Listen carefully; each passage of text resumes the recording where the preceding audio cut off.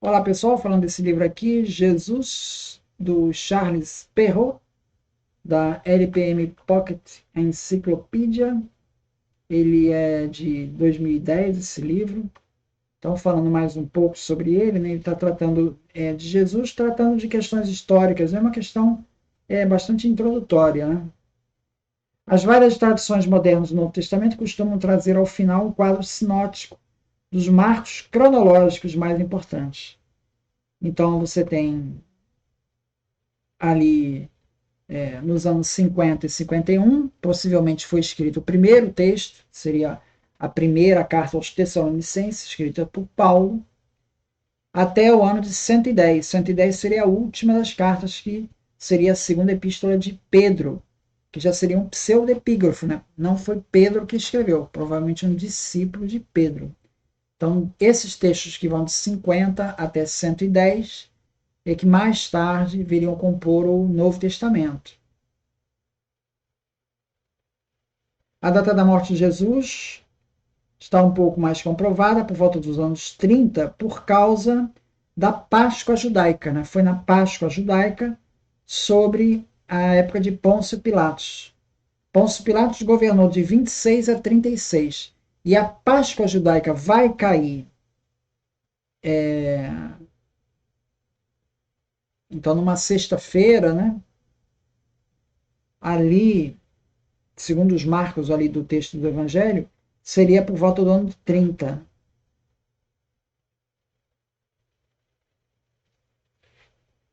Todos situam a morte de Jesus numa sexta-feira, mas, segundo Marcos, esse dia coincidiria com o primeiro dia da semana da Páscoa, caindo no dia 15 de mês lunar de Nissan.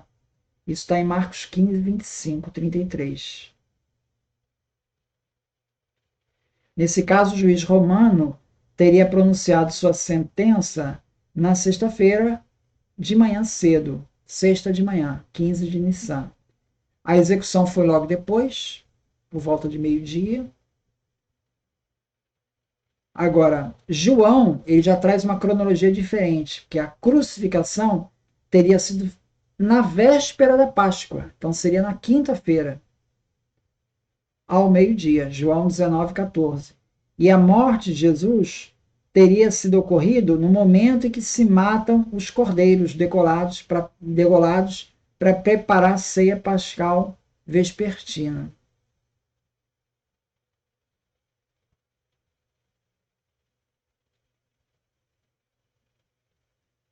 Então tem uma divergência aí com relação à crucificação de Jesus, se foi na quinta ou na sexta.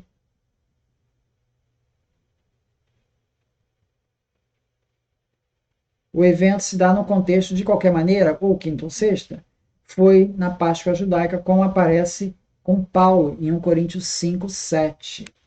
Tá? Bom, Marcos,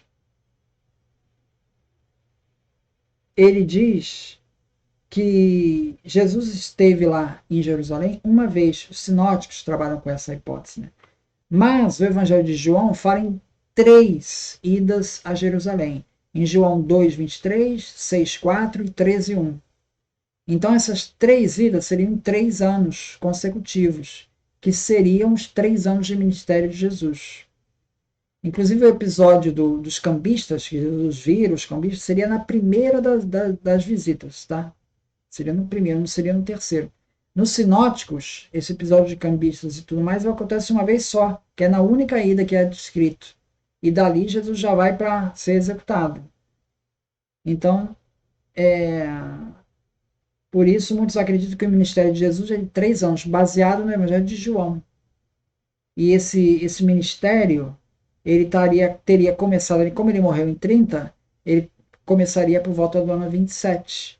Começaria o ministério de Jesus, iniciando primeiro na Galileia, em torno do lago de Tiberíades.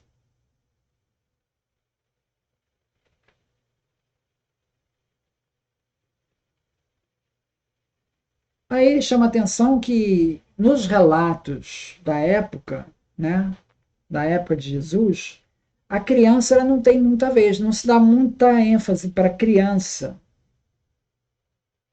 especialmente no mundo semítico, tá? Entre os judeus. Eles não se interessavam muito pelo tema criança, não mencionam crianças nos textos, né? Não se atribuía praticamente nenhum valor à criança. Então vai demorar muito até que a criança se torne o centro da família, como é hoje, né? Grande destaque da família, quando tem uma criança, é uma criança. Não era assim na época de Jesus. Então, por isso se explica por que não se fala da infância de Jesus. Em parte é por isso que na época não se dava atenção para a infância, né? Quando Jesus diz aos seus: deixar a mim, vir a mim os pequeninos, porque o reino pertence aos que são como eles, a frase não se refere diretamente à ideia de valorizar a criança, e sim ao seguinte pensamento: o reino de Deus pertence aos que não são nada, ou que se consideram como tal, e não os que se dizem sábios e poderosos do mundo. Entende? A percepção está dizendo o seguinte: olha, o reino dos céus pertence aos que não são nada, aos excluídos, às crianças. Tá?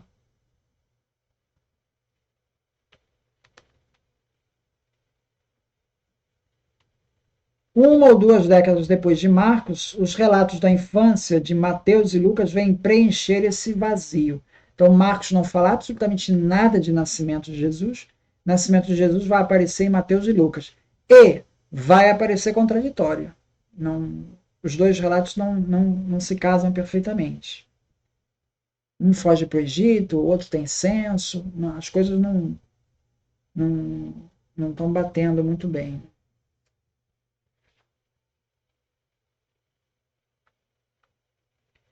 Mas o que concorda nos dois relatos, né?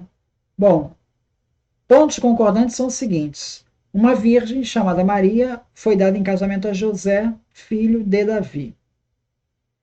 Isso está em Mateus 1,16 e em Lucas 1,27. O anjo do Senhor anunciou a vinda de Jesus, seu nome e a missão do menino como redentor, filho de Davi. Mateus 1,18, Lucas 1,26. Maria concebeu Jesus pelo Espírito Santo.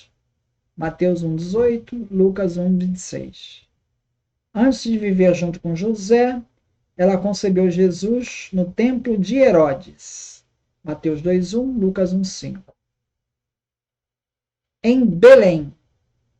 Mateus 2,5, Lucas 2,4. Por fim, os três se estabeleceram em Nazaré. Mateus 2,23, Lucas 2,39. Então tem divergências? Tem, mas tem semelhanças, tem muitos pontos em comum. A menção em Belém é retomada em João 7,42, mas a título de objeção, como se Jesus não tivesse nascido em Belém. Curioso, Mateus 7,42. Em resumo, é difícil fazer uma triagem entre a história e, digamos, a lenda, do que é narrado oralmente ou lido dentro das comunidades. De qualquer modo, a residência de Jesus em Nazaré, na Galiléia, é certa. Isso está em Marcos 1,9 e João 1,45. Muito obrigado, então.